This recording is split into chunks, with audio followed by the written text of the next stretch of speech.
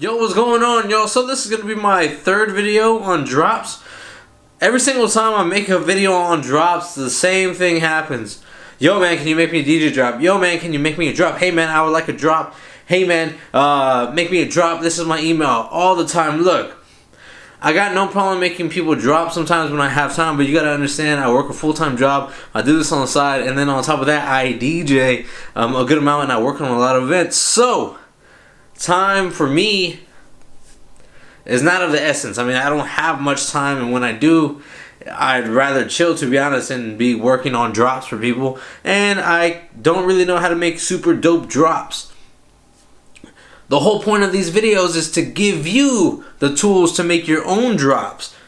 Look, would I rather teach you how to fish or give you a fish? Now, I'd rather teach you, that way you could feed yourself and do what you gotta do, than just me feed you one time. So, that being said, I'm gonna show you how to make your own drop in Serato. This should be very similar to Virtual DJ or Tractor itself. All you're basically gonna need is your program and any type of controller or audio interface that works with it. Now you'd be better off using a controller, something that has Serato built in, or whatever program built in, the audio interface built in. In this case, I'm using my 62.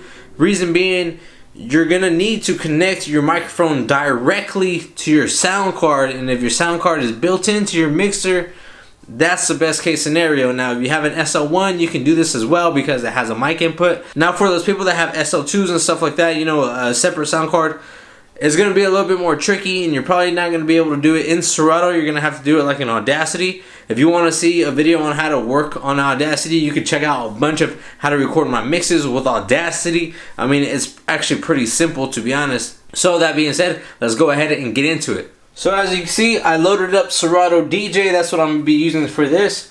So I'm going to go ahead and hit record. Now I'm in the record menu, and as you can see, my preference is set to mix. That's what I wanted. I can have it set to mic itself, but for this demonstration, mix will work just perfectly fine. You have your record location right here. You have what you can name it, and you have your gain knob. For me personally, I like to make it a little, I like to spice it up a little bit, but it also all depends on the mic that you're using. Some mics are a little softer. Even if it's a dynamic mic, it still might come off a little softer than other mics. Some are just louder, and that's just how it is. When you're ready to go, all you really have to do is hit record and make sure your microphone is on your mixer. Now I'm going to go ahead and show you basically my settings for this and record something live. So what I'm going to do is I'm going to check my mic. I got my mic right here on a mic stand. This is ideal. You kind of want it to be on the stand, because if you're holding it handheld, with some mics, they actually have handling noise, and you don't want that to come through in your DJ drop. You don't want no type of interference. You just want your voice. You don't want no rubbing sound on the microphone to come through and be recorded.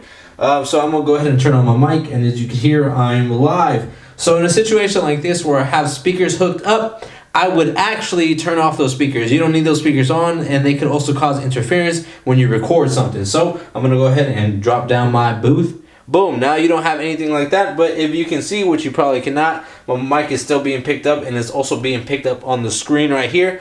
If you're talking into the microphone and nothing is showing up on your laptop, let me see if I can point it close. As I talk into the microphone, you can see that this level is going up and down. That's, it's picking up my voice. Now, if that's not the case, make sure you're set up properly in your mix or in your microphone, stuff like that. Make sure everything's outputted right and you have everything connected, ready to go. So as you can see that, all I'm literally going to do is hit record. Then I'm going to say my mic drop. Then I'm going to say my drop. Yo, what's up? You're in the mix with Andy Mack. Boom. Hit record again. Now this is probably one of the biggest ones. You hit record, and now you have to name it. Don't just hit record again or do other stuff, because that drop that you just recorded will be lost and you would have to redo it. So I'm gonna name this one YouTube Drop 1. Boom. Automatically it saves it, puts it into my recorded crate in Serato. And what's cool about this is you can load it up, and then you can listen back to it. So I'm gonna play off a record, and yeah, let me turn up the what? Then I'm gonna say my drop. Yo, what's up? You're in the mix with Andy Mack. Boom, there it is. One thing I feel like a lot of people don't use is you can actually use this in other different ways that I'll probably show you guys in another video. So I have it here. Yo, what's up? You're in the mix with Andy Mack. Boom, now it's in my Serato. So I'm going to show you guys how to get it into your Serato, cut out whatever you need to do, and then go ahead and put it in your SP6 sampler. So boom, I'm in Serato. I'm going to go ahead and open up Audacity, AUDACITY. I'll go ahead and leave a link in the description so you guys can go ahead and download it. It's absolutely free. You can use GarageBand if you like, whatever you like to use. You can actually use Serato too, but it might be a little bit more tricky. So Audacity opens up right away. Let's go ahead and find what we just recorded, which is called YouTube Drop 1.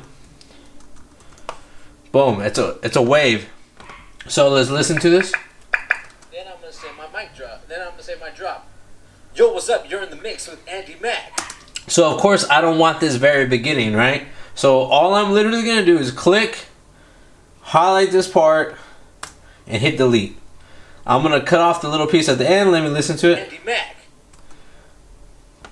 I'll cut this off because I don't need it. There it is. File, export. Now I'm gonna rename it, because the reason I want to rename it is because I want to know which one is edited and which one is not. So this one will be YouTube Drop 1 Final. Now I know this is the final version. I edited it already. Boom. Save. Hit OK. Make sure everything is good to go. You can quit Audacity. You don't need to open no more. Save changes before closing. It's on you if you want to. I personally don't ever do that. It's just a quick little thing. I'm going to go into my Finder now. I brought up my Finder. All my files, I always have it set up to show me what I made today. Everything added today. You could also search it, whatever. So I find it right here, YouTube Drop 1. What I'm going to do is I'm going to go into my documents where I have all my music folders for the most part. And I'm going to go into my music folder and I'm going to find my drops folder, which is right here. Boom. Drops, right? So this is all my drops that I use for the most part. I'm going to grab my YouTube Drop 1 Final, the one I want to incorporate. Boom. I'm going to drop it into there. So it's in my drops crate. It's in my drops folder where I keep all my drops. Now I'm going to hook up my mixer once again and get my SP6 open and ready to go. And then I'll show you guys how to drag and drop it. Now I got Serato loaded up. Now as I can see, I got my record, effects, SP6 and video. So of course I want to hit SP6. Now this is how my drops are laid out right now. So you know what? I'm going to move, since I have double the drops. So you know what? I'm going to take one out of here. I have plenty open though. In the SP6 you get 6 drops of course, and now you have banks so you can have multiple drops. So I'm gonna go into my folder. I'm gonna find the drop that I just put it into my drops folder. I'm literally gonna drag and drop it, and there it is. It's in there now, right? So now if I want to go ahead and launch it, it's Yo, what's up? You're in the mix with Andy Mack. So now if I want to go ahead and launch it, I can just hit the button. It's ready to go. From here I can have it loop. I can have it just where it's a toggle or whatever. So I can literally just play whatever now and it'll play over it. So I hope you guys enjoyed that video. Once again, I'm trying to show you guys how to do some things on your own, because at the end of the day, it's only going to help you out. Always reaching out and having people help you in the long run isn't going to help you. And this is something good that you can learn and you can use to your advantage. I mean, this way you don't have to rely on anybody to knock out a drop for you by a certain time and whatnot. I mean, be confident. If you really don't like your voice that much, there's different programs like Audacity where you can add effects and really change your voice, even in GarageBand as well. Now, if your mixer has built-in effects or any type of software effects that you can, direct to the microphone, you can even record them like that and really get some dope drops, all from your mixer or your controller or whatever it may be. So hopefully you guys enjoyed this video. If you guys got any questions, make sure to leave them down in the comment section below. If you guys like this video, make sure to, hella rape that like button. And yeah, hope you guys enjoyed this one. I'll see y'all in the next one. Peace.